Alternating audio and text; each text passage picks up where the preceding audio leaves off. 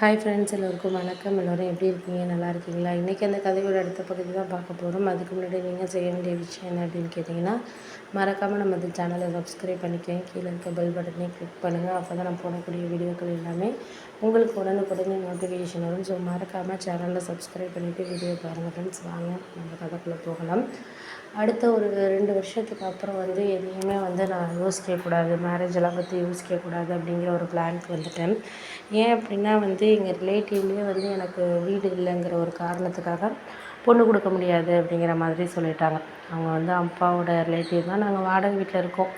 இடம் வாங்கி இருக்குது. நான் வீடு கட்டுறதுக்கு இப்போதைக்கு பணம் இருந்தும் நாங்கள் வேண்டாம், ஏன்னா லோன் போட்டு கட்டுறதுனா கட்டலாம், ஆனால் அதுக்கப்புறம் அது இது பண்ணுறதுக்கு ரொம்ப கஷ்டப்படணும். அதனால் வீடு கட்டுறதுக்கு ஒரு 15 லட்ச ரூபா வரைக்கும் வச்சுருக்கோம். இன்னும் ஒரு 5-6 லட்ச ரூபா சேர்த்தோன்னா ஓரளவு அந்த இடத்துல வீடு கட்டிடலாம். நான் தங்கச்சி கல்யாணம் எல்லாமே முடித்ததுக்கப்புறம் தான் சரி வீடு ஒர்க் ஆரம்பிக்கலாம் அப்படின்னோம். இப்போ தங்கச்சி மேரேஜ் முடிஞ்சு 1 இயர் ஆகுது.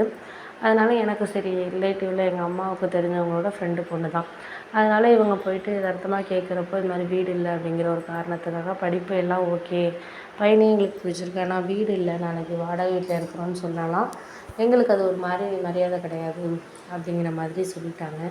அதனால் எங்கள் அப்பாவும் ஒரே ஆசை என்னென்னா வீடு கட்டணும், வீடு கட்டினா தான் எனக்கு ஒரு சந்தோஷம் அப்படிங்கிற மாதிரி ரொம்ப ஒரு மாதிரி அவங்க இது பண்ணதுக்கப்புறம் எனக்கு அதுக்கப்புறம் தான் தோணுச்சு, சரி ஓகே நம்ம இப்போதைக்கு நம்மளால் முடியுங்கிறது தான் நம்ம நம்பணும் அப்படின்ட்டு.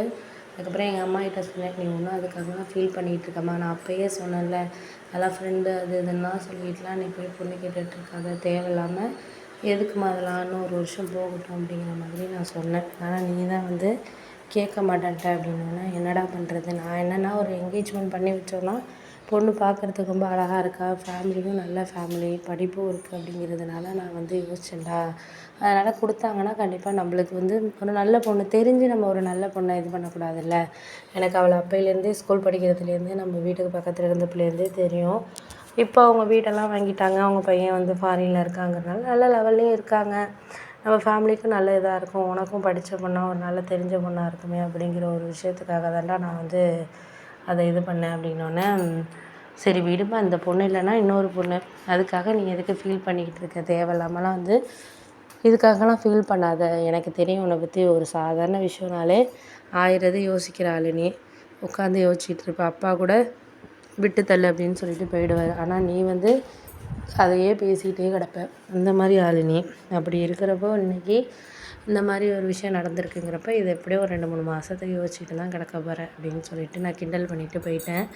அதுக்கு அடுத்தது எனக்கு புரிஞ்சிச்சு. ஏன்னா அம்மாவோட நம்ம கஷ்டத்தை நம்மளும் சொன்னால் அவங்க மனசளவில் ரொம்ப ஒரு மாதிரி இதாகிடுவாங்கங்கிறனால நான் என்ன சொன்னேன்னா, இப்படி கொஞ்சம் விளையாட்டாக பேசணுன்னா அவங்க அதை மறந்துட்டு போயிடுவாங்க. ஏன்னா நம்ம பையனுக்கு அதை பற்றி ஒன்றும் கவலை இல்லை அப்படிங்கிறதுனால மறந்துட்டு போயிடுவாங்கங்கிறதுனால நான் அப்படியே சொன்னேன். ஏன்னா நம்ம அதையே நம்மளும் சொன்னோன்னா அவங்க மனசளவில் ரொம்ப இதாக இருப்பாங்களே அப்படின்னு சொல்லிட்டு.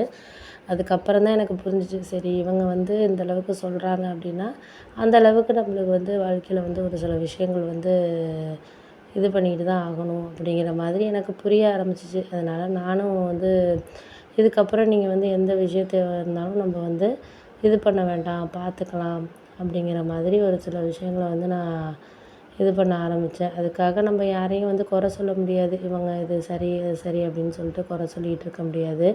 ஏன்னா அவங்கவுங்க இதில் அவங்கவுங்க விஷயங்கள்ங்கிறது கரெக்டாக தோணும். அது கரெக்டாகவும் இருக்கலாம், இல்லை கரெக்டாக இல்லாமலும் போகலாம். அதனால் நம்ம எதையும் வேண்டாம், இதுக்கப்புறம்